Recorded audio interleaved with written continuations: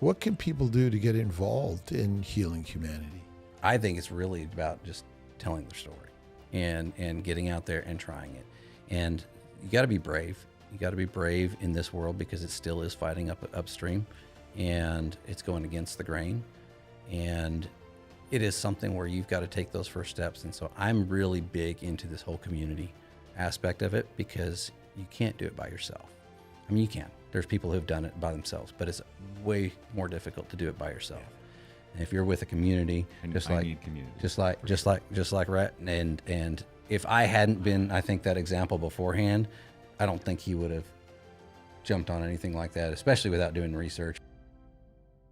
Carnivore brothers, Ashley and Rhett. Hello. Really Thanks great for to having have us. you here. So happy to be here. It is amazing. And this carnivore community is crazy. How'd you manage to sort of convince each other we should be carnivores? And what is the purpose of it anyway? Wow. Well, I'll start since I started, right? Mm-hmm. So it was a crazy situation with me for really just not for years, not seeing any kind of doctor. I was just one of those typical males probably that just didn't want to see a doctor until something was drastically wrong. And I started shedding. I shed about 40 pounds for no apparent reason. I was still eating horribly, didn't exercise. I think I had 18 Dr. Peppers a day, just terrible. But I was He's not losing, exaggerating. No, but I was losing weight bad. And so I thought I had cancer. I was like, all right, fine, I'm going to go get checked out. So we did blood work, and that's when I found out that I had type 2 diabetes. My A1C was 11.1 and through the roof, and it had probably been that way for a long time, and I just had no idea. And so I was in a bad situation with my organs starting to shut down and just not functioning correctly, and I didn't know what to do. So the doctor immediately, of course, wanted to put me on prescriptions, medications, and I said, hey, is there something else I can do? I've never eaten right, I can exercise, there's other things I can do, right? And he said, no, it's too late. You can't. You're way too far gone at this point. You've got to have these medications. And so I'm appreciative to my parents because they raised us in a way of really health focused and really trying to do things the right way, health and lifestyle. We just got away from it when we got off on our own. And anyway, so I just knew there was something else I could do. And I was seeing a chiropractor at the time, and he was the one who actually, as a trusted doctor, because he had done so much for me already, I went to him and I said, hey, here's what's going on. What do you think? Am I going to die tomorrow? Is this something I can try? And he's like, yeah. He said, let's give it 3 months. He said, you're not going to die in 3 months. Let's give it 3 months. I said, okay. And my wife had actually been researching the paleo diet because she had all sorts of gluten issues and gluten sensitivities. So when I came home, she said, okay, I know what we're going to do. Thankfully, she'd done all that research ahead of time. And I didn't even know what a carb was. And so for her to tell me, oh, you can't have a potato, oh, you can't have the rice, I was like, I got frustrated, I got mad. I was like, what do you mean? What do you mean? I thought I'd just get rid of Dr. Peppers and I'm okay. But so it was a big change for me. But because I was scared, I went really hardcore, 3 months. And that 3 months time, by the way, I didn't go get that prescription. I didn't do it because I just didn't want to, because I knew the side effects and other things, complications that could possibly come from it. I'm like, let me just do it through diet and exercise first. I didn't exercise. I just changed my diet, and I impacted my A1C dramatically. It was already back down after 3 months. It was already back down to 5.9. This is paleo. This was paleo. But this is not knowing anything about it, what I was eating. If I knew there was sugar in it or I knew there was a carb, I tried to eliminate it. We really did hard as much as we could without being educated on anything. What I didn't know is how addictive sugar was, right? And so what did I do after 3 months? I patted myself on the back and rewarded myself with pizza and an ice cream. And so over the years, just went back into my old habits. And how long ago was this? This was like 8 years ago. Okay, wow. And this was a long time ago. When I turned 40 is when it was. And so I just decided that, I'll fix it later. I'll get to it. I know I can fix it with diet. I'll get to it later, and just never fixed any of the habits. So I just didn't fix any of the habits that I had fallen into. And so I got right back into my old ways. And I was in a men's mentoring class with my church. And one of the guys there, we were talking about, my health is not good anymore. And my diabetes is back up again, and I got to do something about it. And he said, have you ever heard of the carnivore diet? I said, no, what's that? So he started telling me about it, and I said, eat meat, that's all I got to do, I'm in. That's easy enough for me. I'm from Texas, big brisket lover, steaks, hamburger. I can do that. So I started on it, and it didn't take long. I immediately started seeing some pretty good weight loss. And that's when Rhett noticed it in some pictures. And he called me up one day. He said, dude, what are you doing? You're looking great. And he just saw the weight loss, which was really cool. Yeah. I mean, I noticed it in his face. His face was just skinny. And I had seen him not long before that. And I'm going, what is going on? Some magic pill or something, right? And so he told me about that. He's on carnivore. He's only eating meat. And, you know, me, I'm blind faith, just jump right in. I'm going, I'll do it too. And it didn't take convincing. I jumped in. I had my biggest health issue at the time was weight, right? And so I thought I was dealing with depression and anxiety. I was dealing with sleep apnea, a number of other things, right? But the reason I started was the weight loss. You know, it was just kind of a vein looking at him. So it's the visual things that we see. That's Yes. right. And he'd gotten up over 300 pounds. I mean, you were getting your heaviest by far. I was 315 at my heaviest. And, I got down, I lost a lot of weight in that first year. But, you know, the thing that I noticed the most was the depression started going away. My CPAP machine, I was able to take it back to the doctor and say, I don't need this anymore. Returned it. How many times do you think that's happened to that doctor? Right. He actually had a stunned look on his face, and he looked at me and said, you've clearly done the work, and I believe you. I don't think you have it anymore. He didn't even run a test. He just saw how much weight I had lost, and he believed that I didn't need it anymore. And so, yeah, that was a big shocker to me. But really, you know, as I went on more and more on carnivore and realizing the depression and anxiety was something that healed, that kind of became my why. You know, a little vain at first, just wanting to lose the weight, and then realizing the healing that came from it. Maybe jumping ahead a little bit. But. No. In Carnivore Brothers. Yeah. So Yeah. I kind of forced him into this one, but it was really, I mean, you know, Kerry Mann, Homestead How, the documentary, and we were just so inspired by his videos, his work on YouTube. And when they did the very first 24-hour live stream, and Kerry put out a plea, just like, hey, if you have a YouTube channel, we want you to be part of this. We want you to be on this. We'll show your channel off and whatever else. And so I called him up and said, I just started a YouTube channel. It's called Carnivore Brothers. You're doing it with me. we put it all together, and yeah, I got to forced his hand a little bit with it. But he lives in up in Washington. I'm in Texas, and you know, over the years we had grown apart. We haven't really, you know, we communicated some, but not near as close as we want to be. And this was a great opportunity for us to do something together. And even though it's proven more challenging being that far apart because we can't do videos together and things like that, but live streams, and we thought, hey, we could do some of this. This will be fun, and let's give it a shot. And so, you know, we didn't do it just to start a YouTube channel. We just did it to really start telling our story because we had experienced this healing from this crazy way of just eating meat that, you know, I did do a lot of research. You didn't. You trusted me on blind faith, but I did a lot of research ahead of time. And I knew cutting out the carbs and the sugars were going to be impactful because of my paleo experience. But it was still that really just meat. Are we sure about this? And so, of course, watching all the good doctors on YouTube and you know, Kerry's story really inspired me a lot, seeing that. And, you know, so it took a little bit of convincing on my part before I started openly talking about it with my family and saying, hey, this, and then I think my mom said at one point that I was crazy. You got to eat your vegetables. And she still denies that she told me that, but she did. And I said, well, let me do it for a month. Let me do it 30 days. It's not going to kill me in 30 days. And then we just started seeing such incredible results. It was like, okay. And I haven't gone back since. It's just been an absolute lifestyle changer for me, game changer. And if I can control and now reverse my type 2 diabetes as a result, why would I go back? And we kept hearing it's the documented stories that matter. Yeah. Didn't know you at that time, right? But we had heard that phrase and thought, you know what, we're going to document our journey because that's going to help people. And that's ultimately what we love to do, is help people. It is kind of an amazing concept that non-doctors are really teaching a game-changing way of life.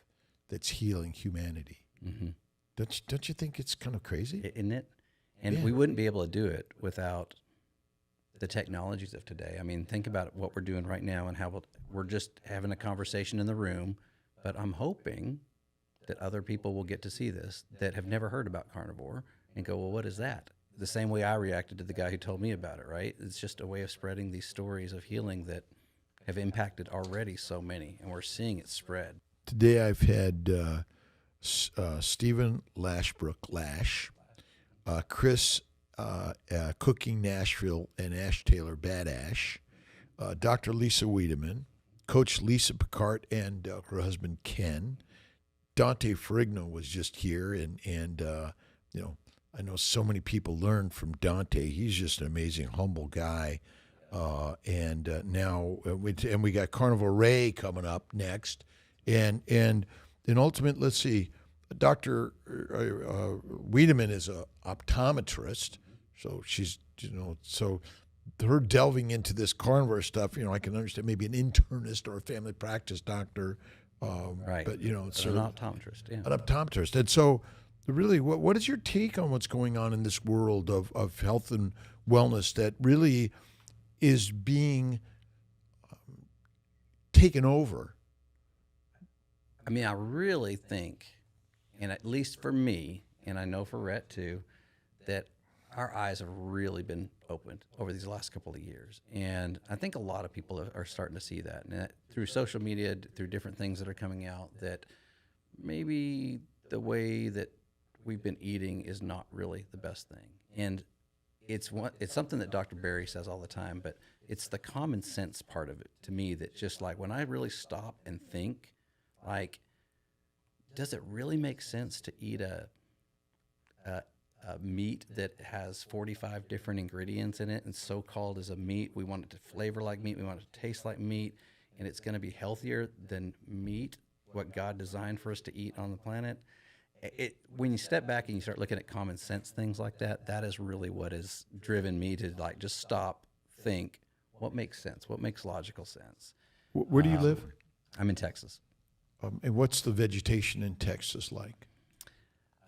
It's dry, and it takes a lot to grow the crops, right? So there's a lot of need for fertilization, a lot of need for excess water and things like that to grow anything. And, in today's farming system, it takes a lot of added help, chemicals to grow in the quantities that they needed to grow, in the pace they needed to grow. And so starting to put those kind of things together, It's what industrial. is it we're putting in our body? It's industrial. Industrial. Well, and Rhett, where do you live?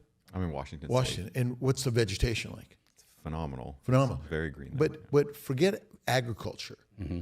Would you eat the natural vegetation that's in and around your homes where you live? Just kind of go out there, cut it up, and bring it in and eat it? No, unless I've grown it in my garden. I do But some of that. but it's no gardens, right? Yeah, no agriculture. Natural vegetation, no. What way. vegetation would you eat in your neighborhood? Zero. Yeah, Zero. I wouldn't. Up there, maybe when we were growing up in the Northwest, some blackberry plants that would come off when they were ripening. And they're in how much season are they? Yeah, It's just like a couple of months. a couple months. Or a couple of weeks, probably. maybe, right? Huckleberries. When we were camping. Right. But were there? I mean, if you had 20 people to feed, could you feed them on huckleberries? No. Right. So maybe our real story here is that could you go out and take down an elk and know that you can eat it and you'll be healthy?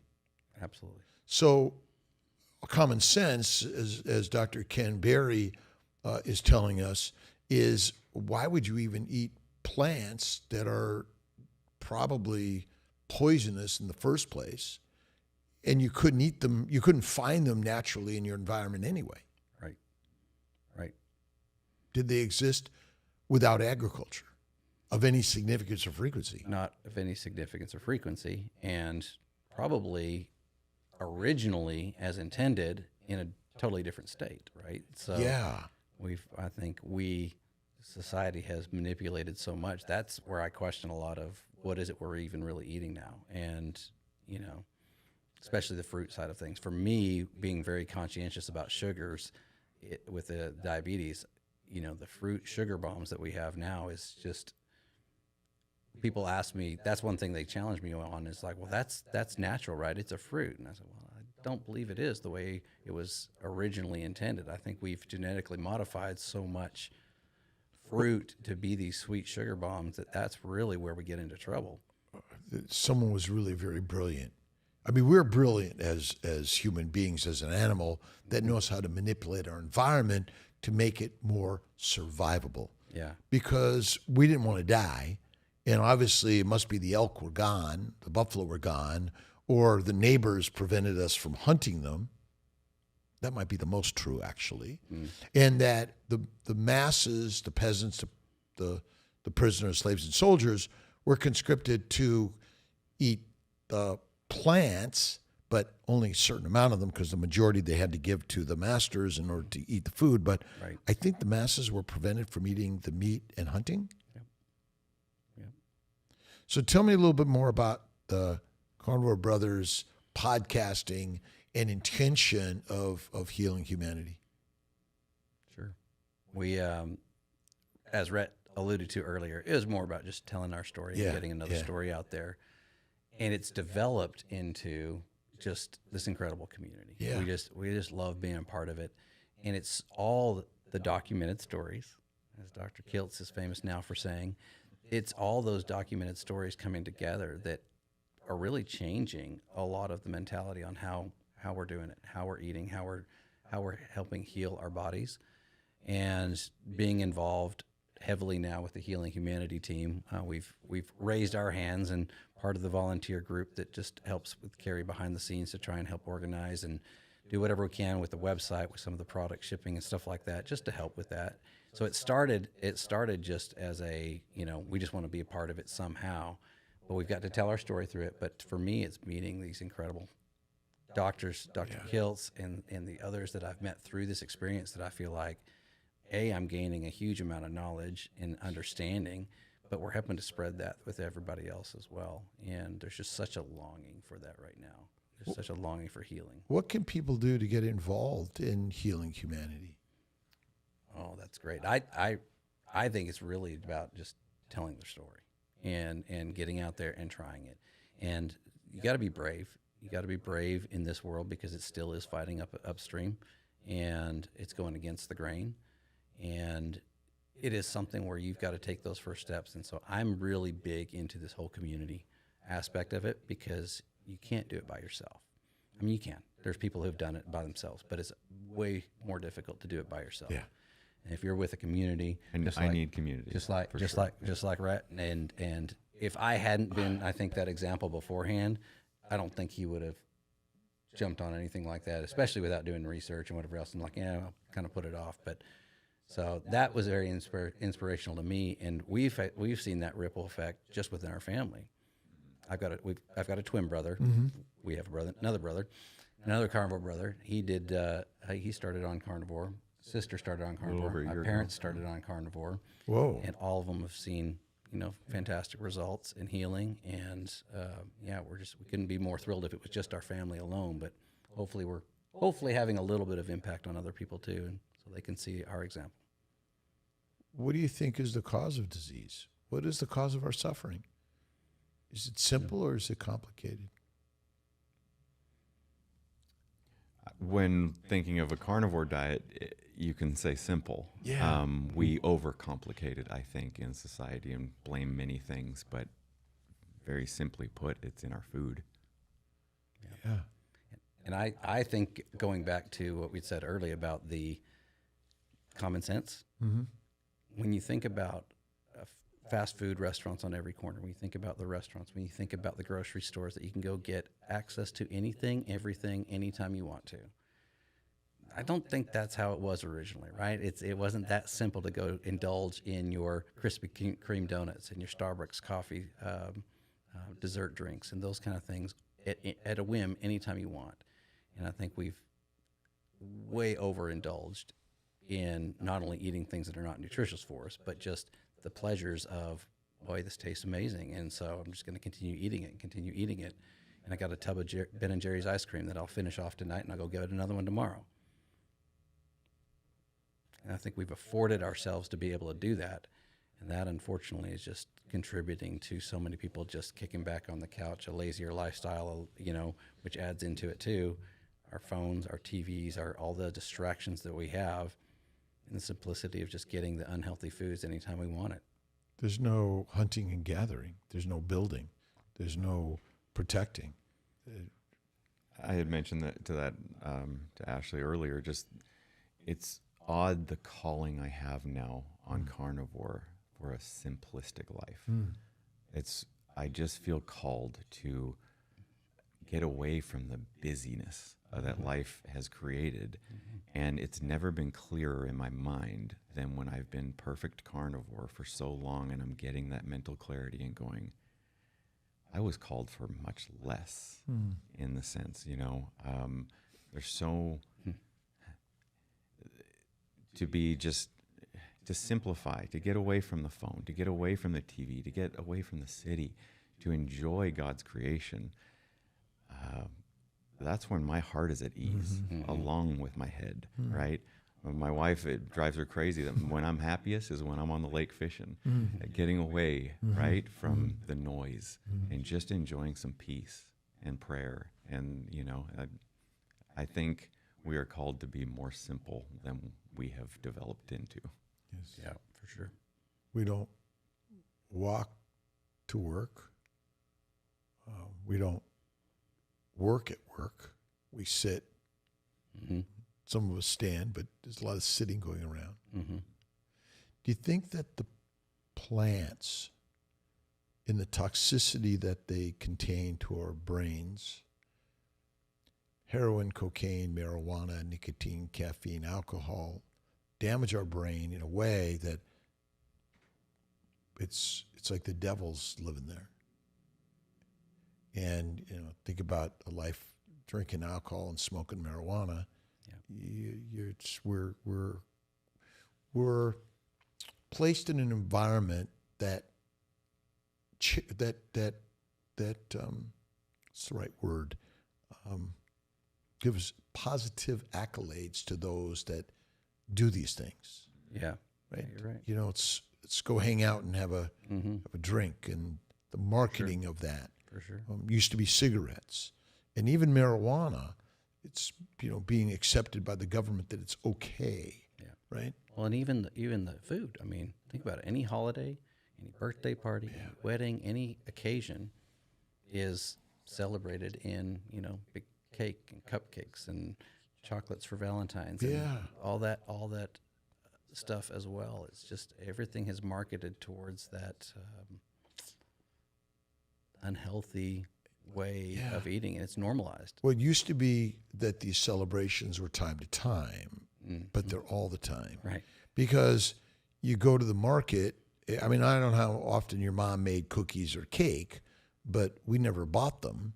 My mom made them from time to time. Yeah. Now, we had cereal all the time because that was a breakfast staple, and we had vegetables all the time. I had terrible migraines as a kid, and I look back and like, it's okay, now I understand all of it. And the reason I mention marijuana and alcohol, because our government even condones and recommends these things for us to enjoy. It's okay. Yeah. And so now you got to wonder, well, they think that's okay. All right, yes. I mean, could you eat No. Could you eat kale, Brussels sprouts, broccoli from time to time? Probably. Maybe. But if you went out and ate them raw, is that good for you? I think we're taught that it is, right? But I think what we're learning and discovering is that no, there's a lot of side effects, a lot of things that we aren't, because the defense is in those plants. I mean, are plants live organisms? Yes. Do they want to be eaten? No. Do they maybe control the universe, and we're just their pet projects? Their universe, yeah. Yeah. They're the predators, and we're the prey. Yeah. What are the benefits? Oh, go ahead. I was gonna say, I think it's funny because our mom really did the best she could when you talk about cereal, right? I think about to our early childhood, and we used to tease her all the time about it. We weren't allowed to have the sugar cereals.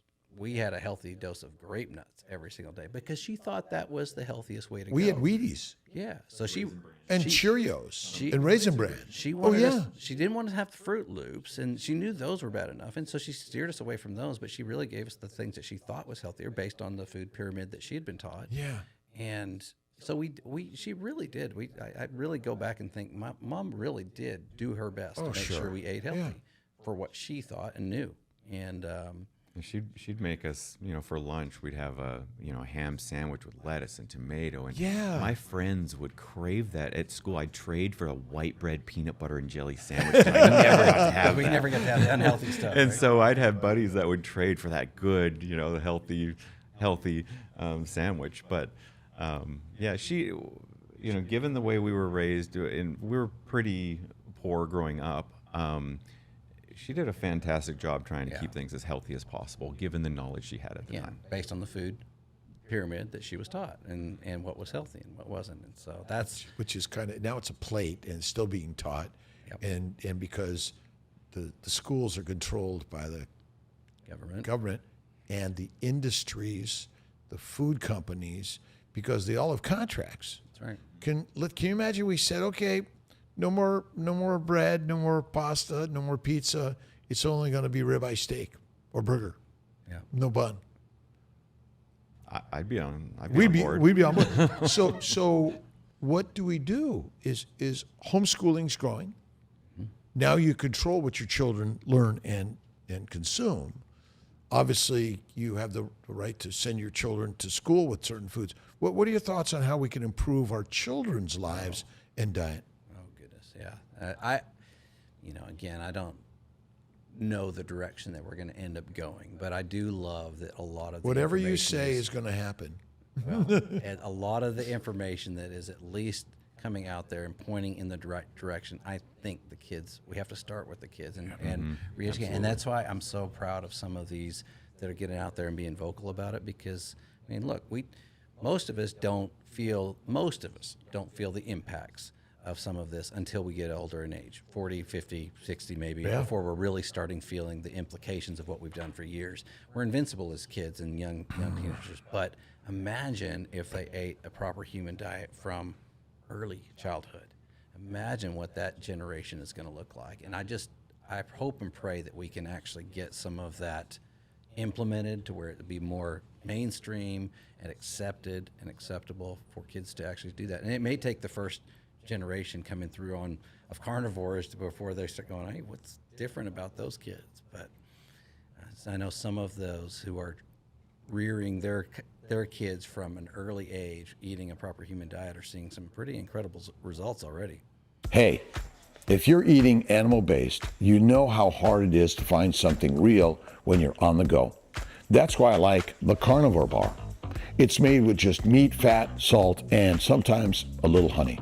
No seed oils, no sugar, no preservatives. It's shelf-stable, travel-ready, and packs 400 calories of real nourishment. Think of it like modern-day pemmican, a survival food, reimagined with high-quality, regeneratively raised beef. Whether you're flying, hiking, road tripping, or just busy between meals, this bar helps you stay fueled until your next steak. It's simple, it's real, and it actually supports how humans are meant to eat. Meet my food.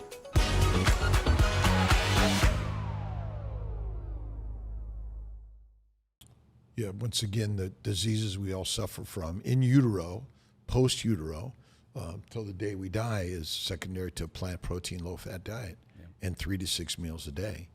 And though what you're doing on Carnivore Brothers is really changing lives and healing humanity. It's changing lives. Yeah. Any particular stories you want to share? Recently, I had a colleague, an old colleague, that reached out to me, and talking about changing lives. I often wonder, am I making a difference by doing this? Yeah. We've reached out and talked every once in a while since he left the company that we were with, and but he texted me out of the blue a couple weeks ago, and he said, Rhett, I'm absolutely loving that series you guys put on your channel about the 30-day carnivore. And I want you to know I'm on day 15 and I've already lost 30 pounds. And I'm feeling great. I'm like, Dennis, this is fantastic. Nice. Are you kidding me? Yeah. And you know, I was so proud of him because he did a lot of the most of the work on that series. He's like, brother, we're doing this, and I got involved here and there. But you know, I've never enjoyed being on camera. I've always struggled a little bit with that. I'm getting out of my shell a little bit. Good, nice. Because it's not about me. It's about what we can share and these stories that we can share. And I need to get over myself when it comes to that. But yeah, that just, it made my week to hear just a text going, "You've really helped me." Yes. I'm like, I love this. Yeah. And it's addicting. It's the It- right it kind of is. addiction. You know, and I know in medicine, when someone heals and has success, you feel amazing.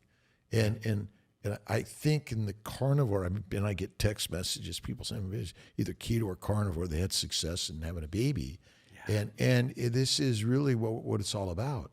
And it doesn't matter whether you're a doctor, a nurse, or a non-medically trained, licensed properly, and in fact, board certified. We're certified, all right. Certifiable, I think they say. But this is really the game changer of healing humanity and documenting the human stories. Because ultimately, I always say the Bible goes to war, not the scientific America, and faith in the stories in the Bible are more powerful because they seem to be, the stories are as we feel and see them, which probably has much more value than those that try to scientifically sort of judge something and then give us an answer that they know absolutely. Right. And who did God share most stories through? Right, the weak and the humble and the people you wouldn't expect. Right, not the powerful and mighty. He shined through people's weakness. Only if he fell out of favor and suffered. Yeah. And suffering is strengthening in some way. Yeah, I'm curious about your type 2 diabetes. Yeah. It's unusual to lose weight with type 2 diabetes. Well, that's what I didn't have any explanation for that either. But you did say your organ systems were shutting down. Right. And so my chiropractor was the one who explained it to me as far as what made sense to me. He said I was in such a bad state because I'd probably been in that state for a long time, as far as the high type 2 diabetes and not realizing any complications with it. That's just what I felt like was my normal state. But it was when I noticed it on the scale that I was like, okay, something's wrong. I shouldn't be losing this kind of weight. And you're eating your normal way. Oh, yes. Fast food all the time. Standard American diet. But it was sodas. Sodas. Dr. Pepper was my crutch. And oh, yeah, I had so much soda. And it was really terrible the way I was eating. I didn't exercise at all. There was nothing healthy about my lifestyle.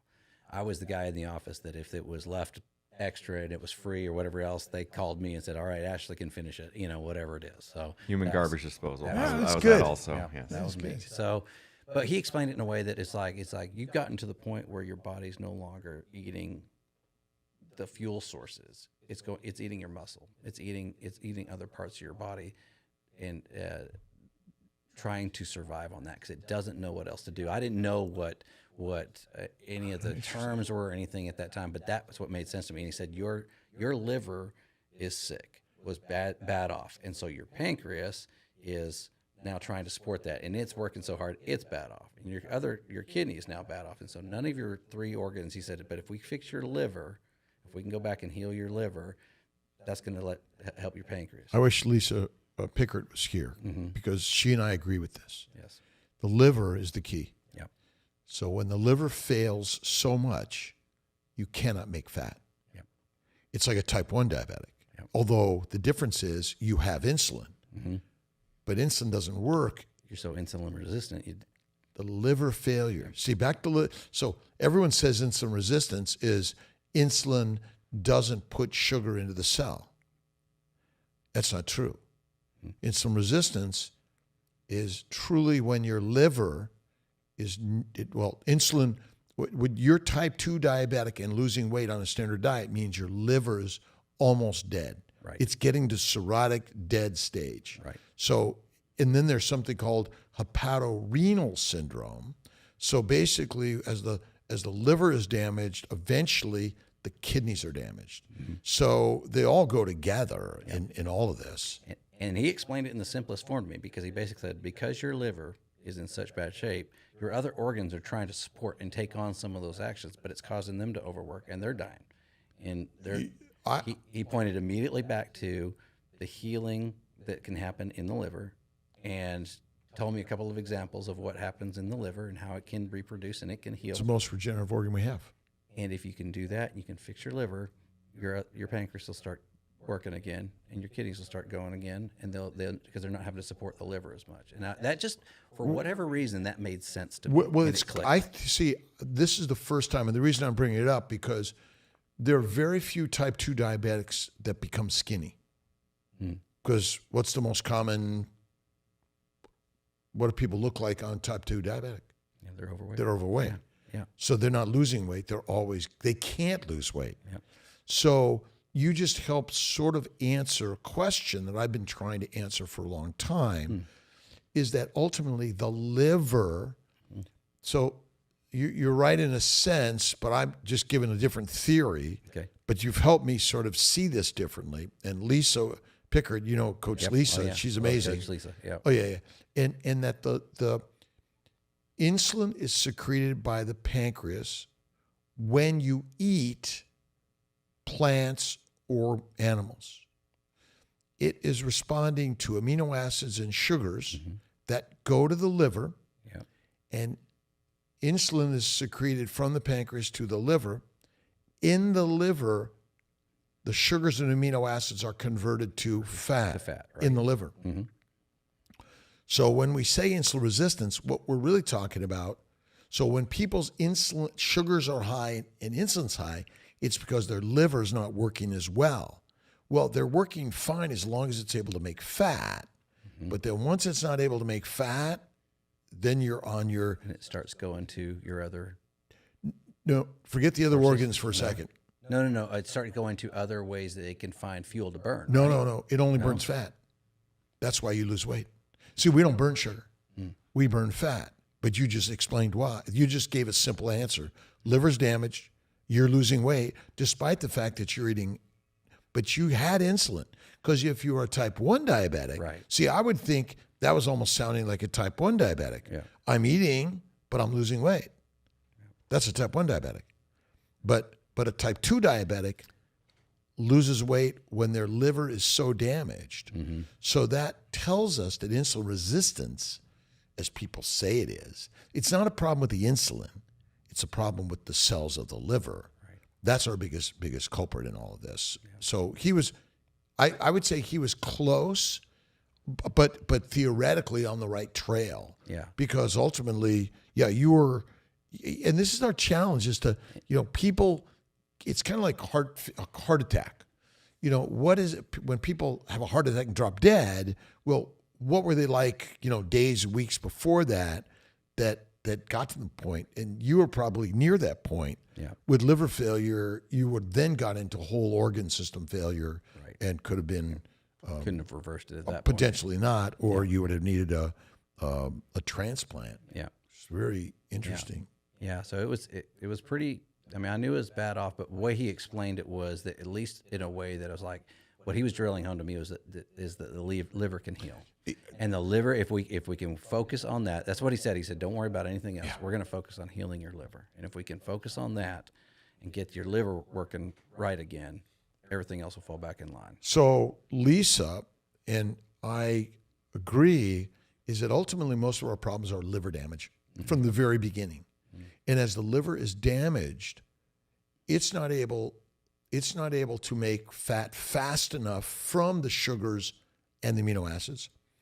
And it's not able to detoxify the plant toxins as readily.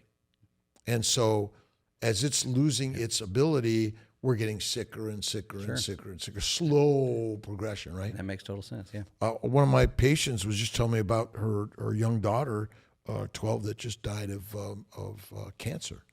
And so I think it's happening in utero, in children, in young and middle and older adults. I have a question for you. Please.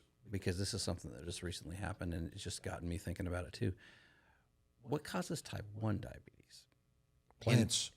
And the reason why I don't disagree, and that's why I'm curious as to your answer on it, because it's, you hear this, it's all genetic, or there's different things like that. Well, why does my 12-year-old niece just get diagnosed as a type 1 diabetic when she lived the last 11 years supposedly just fine? Well, I guess the same question. Why do some people get COVID or hepatitis or tuberculosis when they get it? Why do some people get the common cold or anything else? So it's the microbes that are one of the biggest killers or causes of disease, bacteria, yeast, and viruses. And then there are other particles of different organisms. And then the other is plant sugars, antigens, and plant chemicals, and the products that they make and fermenting in the gut. So, why does someone get stung by a bee and get anaphylactic and die, or someone eats a peanut, does fine, and then years later gets an anaphylactic reaction and dies from a peanut? The mystery is why my sister Marianne had diabetes type 1 at age 4. I do believe it's our plant protein, low animal fat diet. That's all it is. Because Sally Norton in Toxic Superfoods talks about it's all the oxalates and all the other antigens that are in the plants. But when have you heard of someone getting sick from a ribeye steak? Right. This doesn't happen. Not many ribeye allergies out there. Right. So by the grace of God go I. I think we can answer the most likely what was the cause based on our science, right? I mean, the carnivore world, Anthony Chaffee, who talks about, theplants want to kill us, right? Yeah, right. And the No Plant MD. And there's so many people out there that are sharing these stories, but it's not commonly thought of in standard science, Right. Because there are all these phytochemicals, the antioxidants and the nutrients. And our bodies are really probably very good at fighting a lot of that off. And that's why it's so confusing, because that's why I asked the question, like, why does my 11-year-old niece all of a sudden get diagnosed with type 1 diabetes? Others later in life, others earlier in life, right? And I think that's probably a lot what we're dependent on our diets and things like that, but how our bodies react to it. But I think our bodies are designed to heal. Our bodies are designed to work properly when they're not having to fight off all this other. Well, that's a good point that you just made. So our bodies are really good at working to keep us healthy, but constant exposure to the foreign offenders is relentless. Yeah. We're just, it's an onslaught, right? Body has no chance to catch up. So it causes autoimmune diseases, which are not autoimmune, they're immunologic. So it is quite amazing how much you know about the science of the human body and the healing processes of the human body. Doesn't it it sounds like there's a constant sort of like wondering about it all and coming up with ideas for healing. Yeah. Well, isn't that kind of like what science is, right? They put throughout a hypothesis, and then they go and try and figure it out and prove it scientifically. Experience. Yeah. And they have to go and back it up with data and try and figure out if that's the right answer. So I always wonder if the real science, even in medicine, it's sort of just a documented story, right? We're taking a group's experience or individual experience, right? And experimenting on what changes this or that. Is there money to be had in a selling fat? You think the government and industry is thinking, we're going to make a lot of money on selling fat? I guess not as much as selling insulin, but Yes. You start selling fat, people start to heal, and then they have less patients and less people to sell medication to. So it's not good for the bottom line. Nope. Is our world sort of focused on famous people, wealth, profits, prestige, and not on the common man and woman. Yep. Absolutely. Absolutely. Where did Jesus hang out? Exactly what you said earlier, right? With the Meek, with the the humble, humble, the poor. sick, the people that needed the help, not with the powerful. Not with the powerful. So where are we going to find where's our future in human health and wellness? Isn't that interesting, right? I see where you're going with that. I mean, we've got our individual stories of nobodies that aren't rich, powerful, anybody that can help one another, help the rest of the little ones start to maybe see some realization of this. And I think that's where power is, in that sharing of our individual stories, but it's with this tool that we have in social media, and being able to take this one little individual story and hopefully get it out there to many, and then others create their story, and others create their story and share their stories. The meetups and the community. Yep. Would you say it seems to be growing? And once you've experienced it, you want to go do another one and another one and another one, right? I mean, you're addicted. I'm addicted. I'm addicted. I'm hooked. It's and I use this analogy a lot because we grew up in the church, and I really believe that the church isn't an individual. Okay, and you don't experience a relationship. You have a relationship with Jesus individually, but you don't get out of the church what the intention of the church was unless you do it in community, and you have it to do with other people, and you walk alongside others, and you help along others, and you love others. That you gain so much more through a community. And this is the same way. It's hard. Anything that's hard, if you have a loving support mechanism that helps you through that, you'll be way more successful. And I think that's what people are experiencing, not only just in the healing, but through these communities and through these, whether it's online chats, whether it be through the individual videos that they can watch on YouTube or wherever they're watching it, or in live and in person, and getting to meet fellow like-minded individuals who are working towards healing. It is absolutely inspirational. And we've had so much impact, I think, just on a very, very minute scale right now, and it's going to continue to grow and blossom. And I'm excited about what the future of this community holds. Is this somewhat of a spiritual journey of faith? Oh, for sure. And we get so inspired. It's as if it's heavenly sent. Yeah. I'll tell you what. My wife, when I came back from Austin, the last meetup, she said, something has changed in you. Mm-hmm. There is a fire burning in your soul that I haven't seen in a long time. And that's what this community does. And being with the like-minded people and being surrounded with people that you're learning from and engaging with, I'll tell you what, I need this. I need these this time meeting new people, meeting wonderful doctors that share their time so lovingly and freely. And, it's different, isn't it? Yeah. You don't see many doctors that are pill pushers that want to give freely of their time and help you without a copay and without the insurance billing and all that, right?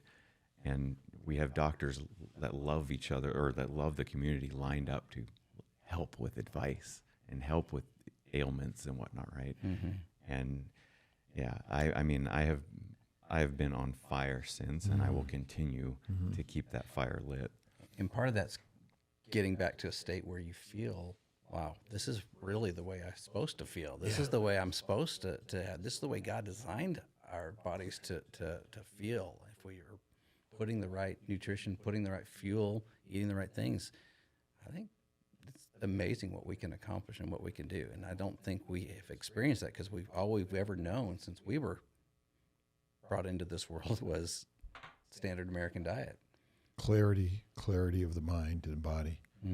Pastor Jimmy brought up Yeah. the three-legged stool, Yeah. body, mind, and spirit, right? Right. And I feel like where I was suffering the worst was in my spirit. And that's where my body has started to be more in alignment because I fixed the diet.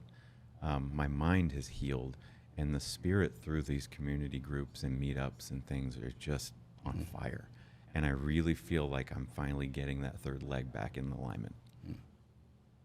Do you think younger people would benefit from the carnivore lifestyle? For sure. How about people who already are suffering from Parkinson's and Alzheimer's, dementia, and arthritis, and all those sort of things? Is it too late? I think no, and I think they at least have to hear the alternative, right? And that's cancer's another big one where I just like, at least there's alternative avenues out there, at least to understand that, right? And I don't think they're given those options. I had no idea you could heal Parkinson's. Yeah. No idea that people are seeing improvements on things like that. Met a guy at one of our meetups that, a doctor knows, I think, that seizures and epilepsy can be controlled through a low-carb diet. I didn't know that. He didn't know that. But when he found out and learned from Dr. Baker that this is okay and tried it, he's controlled his seizures from Amazing. epilepsy for 7 years. And I don't think people know that. Most doctors don't tell you that. I'd say most And doctors don't know that. And those are some of those things that's just like, at least the information should be out there. I think too many people just want that easy magic pill to fix it.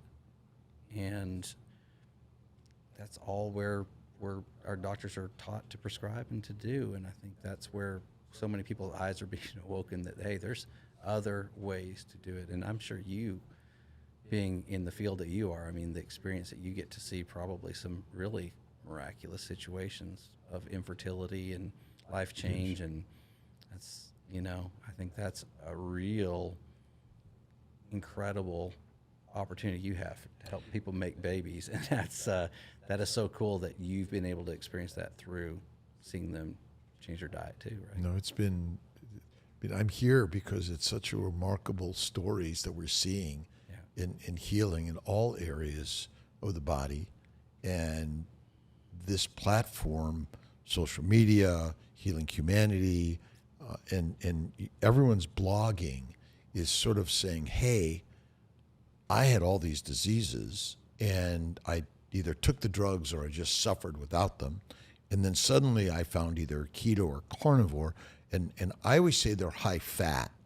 The high fat part, I think, is the critical part to that, because it's when you eat the fat that you suppress the microbes in the gut, which reduces their virulence, essentially. They're less pathologic. They're just kind of put at bay, right? They're just sitting there a little less fermenting. And ultimately, that's the sort of the most amazing thing we can do. Yeah. What do you see happening in the Healing Humanity world? Do we have any potential dates of the movie, or any new movies coming out yet, or new superstars? So here's what we see, and I get a little insider look on this, which is great, because that's probably the most question. Like, when's it coming out? When's it coming out? Everybody wants to see it, and I know Kerry is the original answer to this is that the goal was to film people for a year, and so we're really just beyond that point with certain individuals already. So we're getting very close. But what's cool about it, and I say we, like I'm a big part of the team, but I do get some of the inside information on it. What's been mind-blowing is how many stories. It's like I feel like my role here lately with Adam, and we're trying to reel Kerry back in, saying, okay, we've got to get the documentary out, but every time we turn around, there's another story of incredible healing. And it's like, oh, this could be good for the documentary. This would be good for the They filmed over 40 people already. And the list is longer. So the docu-series will continue because there's so much stuff that they've already filmed. There's no way you can squeeze it into a 2-hour documentary. There's no way. Yeah. And so to have all these others incredible stories out there that will be eventually released as a part of a series is going to be phenomenal, because I think for those individuals who have type 2 diabetes and they want to hone in specifically on type 2 diabetes, there'll be a series that'll highlight that and show some more stuff on that, or some individual stories that you want to go further into depth with, like the Bill Knott story, or Yeah. Maggie in Canada. Some of these incredible stories. So I can't wait. I can't wait to see a lot of the footage myself too. But I've seen some, and I've seen part of yours, and it's just phenomenal. It's gonna be incredible. It's gonna be worth the great wait. job. Yeah. I would tell people just to be patient. It'll be worth it. But yeah, there's so much great coming out of this. Tell us a little bit about your experience with exercise and fasting. So I'll start out with the fasting part of it, because that's something I've recently kind of started to try and delve into a little bit more. I've completed 2 3-day dry fasts, because I just wanted to try the dry fasting and learn a little bit more about that. And I've done a couple longer wet fasts too. I did the dry fast and then continued on a couple of days wet fast after that. But you do feel a remarkable kickstart with fasting. And to me, a lot of the challenge with this is up here. It's mentally. And I think fasting is a great way for you to get your mind right and get back to food's not going to control me. And the spiritual aspect is totally different when I can home back in and say, okay, what can I put this effort that I would normally put into food, I can put this back in spiritually and grow that way as well. And I think that has been something I need to do more consistently, and I'm excited about incorporating it a little bit. But I have a new motto this year. I turned 49, and as Dr. Ken Berry says in one of the clips that I keep repeating over and over again, men were meant to be dangerous by 50. This is not the start of the downhill line, and he's not saying it in a negative way. He's saying that we should be in our prime. We should be top shape, fit, ready to go, instead of what today's 50 looks like, where they're just starting to decline. Right. And so I've got 1 year left before I'm 50. And so my motto this year is to be dangerous by 50. And we're going to probably incorporate some of that onto our channel as we work to be dangerous by 50 and what that means as far as exercise. And I was just talking to Katie, Dante's wife, about starting a martial art and just doing some things that I want to do to get myself in better physical shape. Yeah. And so now that I feel like I'm healthy enough to do that, I can do that. Nice. And I'm in the mental mind space that I can do that. So Right. Yeah, working out has definitely been. I'm actually inspired by my son. I was just gonna say, he is such an incredible. My body is a temple kind of person. He works out. He works harder than I've ever witnessed anybody, and it shows. He always says, I don't like my genes. I'm not a natural athlete and stuff, but he's working so hard to get there, and I love to see that. And it's inspiring me to work out with him, to get out more. I'm not finished my day until I have my 10,000 steps. That's something that I do. I like to go for walks. I love to enjoy, whether it's raining or not, get out there and do that. Starting to lift a little more and do that, but I'm really inspired by my son, and I'm able to do it because I have the energy to do it now. Yeah. I have the energy to burn, and why not do it? Working out. I never had that kind of energy before. I was come home from work, sit on the couch, and maybe work up the energy to cook some dinner. Yeah. And then get back on the couch to eat, right? And now I just want to bounce. Awesome. Any last comments that you wanted to share with us to make sure that those listening and watching are learning? Well, I have to say thank you to you.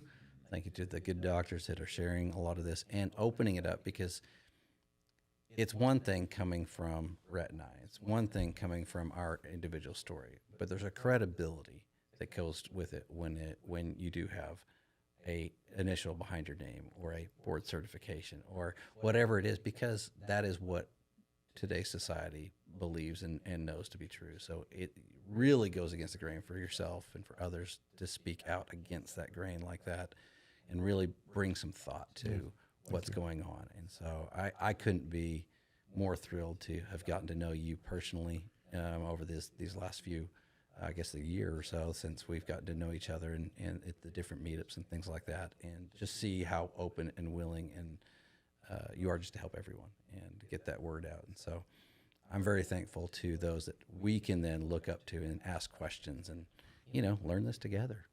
That's what we're here to do, is keep learning together and sharing.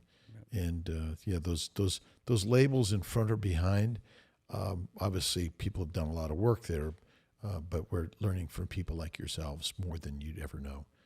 Where do people find you? We're on YouTube at Carnivore Brothers. We might have a website that we're putting up here pretty soon. Awesome.